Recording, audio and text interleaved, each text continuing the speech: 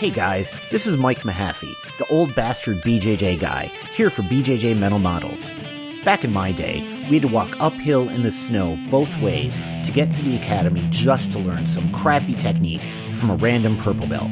You kids have it so easy because now you can just subscribe to BJJ Mental Models Premium and get tons of great audio courses to learn new techniques, enhance your mindset, and entertain yourself. You can even get personalized rolling reviews from some of your favorite BJJ Mental Models coaches, including me. It's like having your own seminar, you spoiled little whippersnappers. So what are you waiting for? Subscribe to BJJ Mental Models Premium right now, get off my lawn, and go train. Hey, welcome to BJJ Mental Models. I'm Steve Kwan. BJJ Mental Models is your guide to a conceptual and intelligent jiu-jitsu approach. And in this week's mini-episode, I want to introduce a simple but very important concept for advancing position in jiu-jitsu. I've heard this explained as the concept of placeholders. That's terminology that I've taken from Rob Bernacki at Island Top Team. I think it's a really good way to explain this. The idea is, as we are advancing position, we are going to have to use our hands, our feet, other parts of our body to secure our opponent so we can advance position. And we want to make sure that we never abandon one point of control until we've replaced it with another point of control. Let's give a real-world parallel. If you're trying to climb a ladder, you're going to be doing it one hand at a time. You reach and you grab a rung with your left hand, and then you reach a bit higher and you grab a rung with your right hand. Now, both your hands are occupied, so to keep going up, you've got to let go of something. So with your left hand, you're going to let go and you're going to reach up and grab one rung higher. Basically, you're climbing that ladder one rung at a time. The important thing, though, is to make sure that your hands are always connected to the ladder. If you were to release both hands at the same time, in the hope of climbing faster, you would wind up falling off the ladder. You always need to be connected to the ladder somehow. So in effect, you always have a placeholder grip on the ladder. You are always grabbing with one hand and then climbing with the other and then advancing in that manner until you get to the top. Advancing position in jiu-jitsu works very similar to that example of climbing a ladder. We always want to make sure that as we are advancing position, we never release a point of control until we've replaced it with something equivalent or better.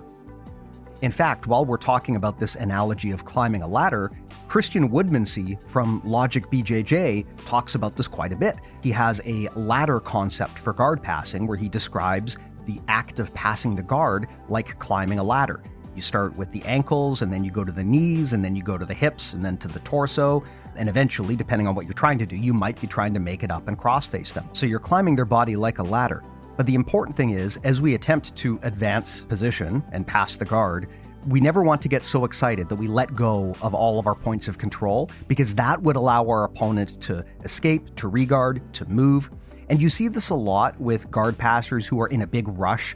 Often they want to pass the guard with speed, and so they will think they've cleared the person's legs, and maybe they have, and they will let go of their grips and try to speed into a pin.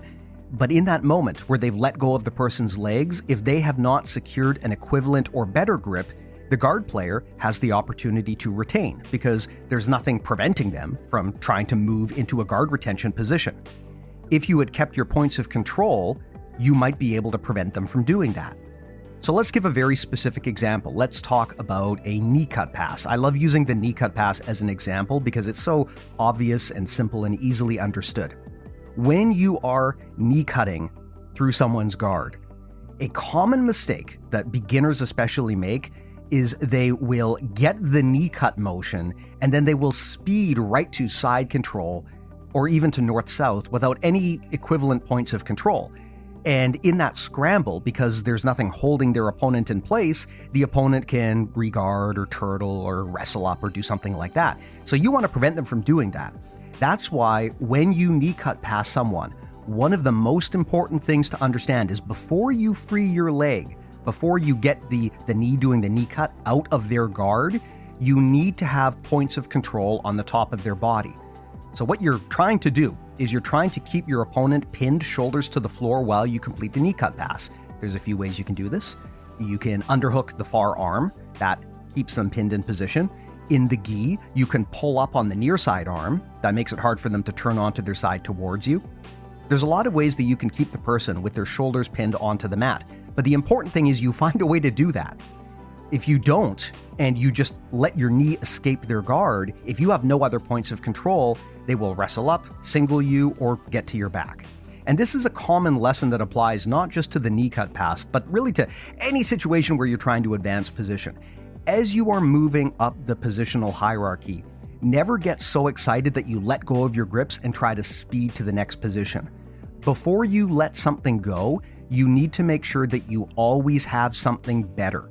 That's why when someone is passing the guard, you will see that before they try to really solidify the guard pass, they will often, again, go for an underhook, try to pin the person's head to the ground with a crossface, keep their shoulders onto the mat. That allows them to escape their leg from the other person's guard without having to worry about that person then turtling or regarding or something like that. So this is a concept that applies throughout all of jiu-jitsu. Again, think of it like a ladder. With a ladder, you never want to let go of both rungs at the same time. Every time you reach up to grab one rung higher, you must at least keep your other hand on a rung so that you don't fall off the ladder. The same thing applies when you're advancing position. So there you go, placeholders. It's a pretty simple concept, but it's very powerful, and hopefully this gives you some insight into how to advance position in jiu-jitsu more safely without risking losing the entire thing.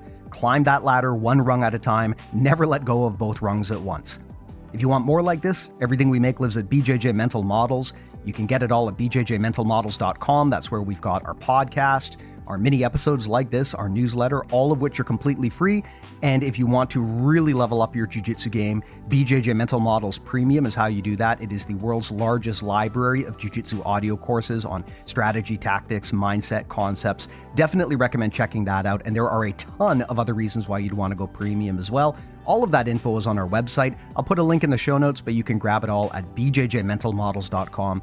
Thanks again for hanging out here with me today, and we'll talk to you soon.